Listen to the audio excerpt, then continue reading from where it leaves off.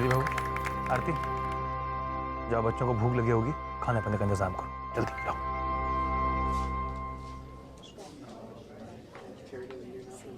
अर्पिता,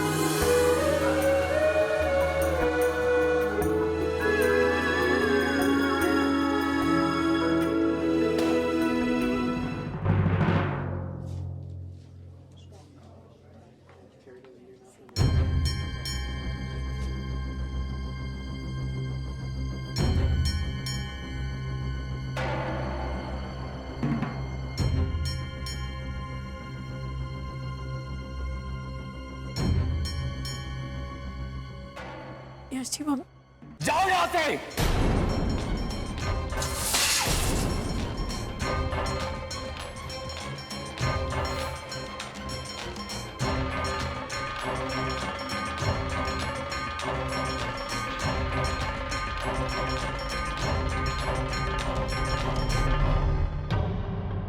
आपकी हिम्मत कैसे हुई अर्पिता की चीजों को हाथ लगाने की?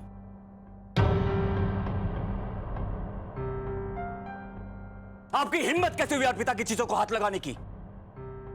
ये साड़ी, ये गहने अर्पिता के हैं, और किसके कहने पे आपने पहने और किस हक से?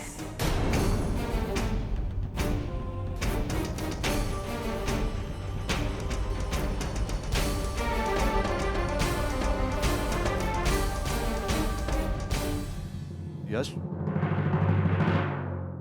ये तुम क्या कह रहे हो यश? वो भी इतने सारे मेहमानों के सामने।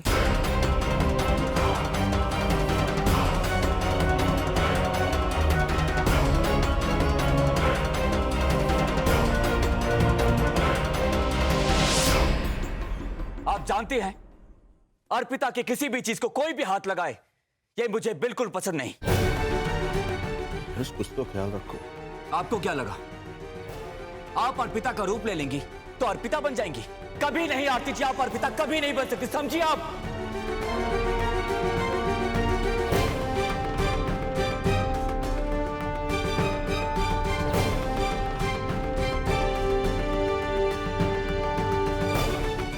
मेरी बात तो सुनिए। मुझे कुछ नहीं सुनना आरती जी। अब समझ में आया, सुबह से ही मुझे वो सारी बातें क्यों याद आ रही थी जो अर्पिता किया करती थी। पलक को छुपा देना और मुझे कहना ढूंढिए फिर जानिए। अनाथ आश्रम से बच्चों को इनवाइट करना पलक के बर्थडे पे, और अर्पिता जैसे चॉकलेट फज बनाना, वो भी आपने बनाया था ना?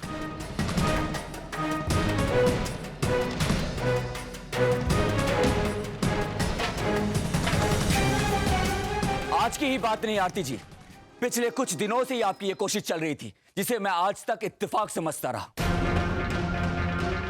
आप पलक का बर्थडे बनाना चाहती थी ना, पार्टी करना चाहती थी ना, तो मुझे लगा कि आप पलक की खुशी के लिए ये सब कर रही हैं। लेकिन आपका मकसद तो कुछ और ही था। आप अर्पिता की जगह लेना चाहती थी। सॉरी आरती जी, आप अर्पिता की जगह कभी नहीं ले सकती, समझिए आप। मेरे दिल में, मेरी जिंदगी में अर्पिता की जगह कोई नहीं ले सकता।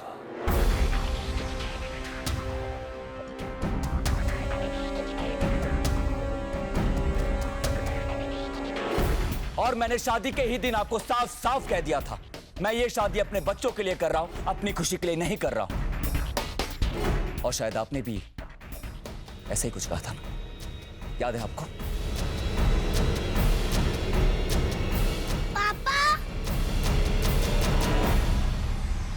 सॉरी पापा। सॉरी बोलने की कोई जरूरत नहीं है पलक।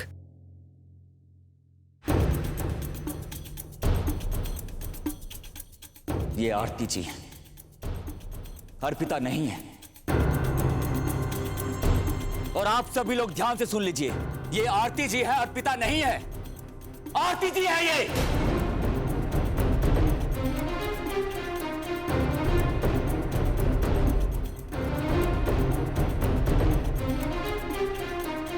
यश जी, मैंने जो कुछ भी किया पलक की खुशियों के लिए किया। बस कीजिए आरती जी।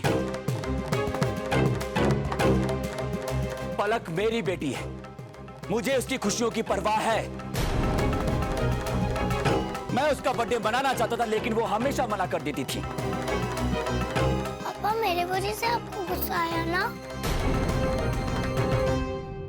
पापा, स्टेप मॉम ने कहा था कि मेरे बर्थडे के दिन मेरे मम्मी को लेके आएगी।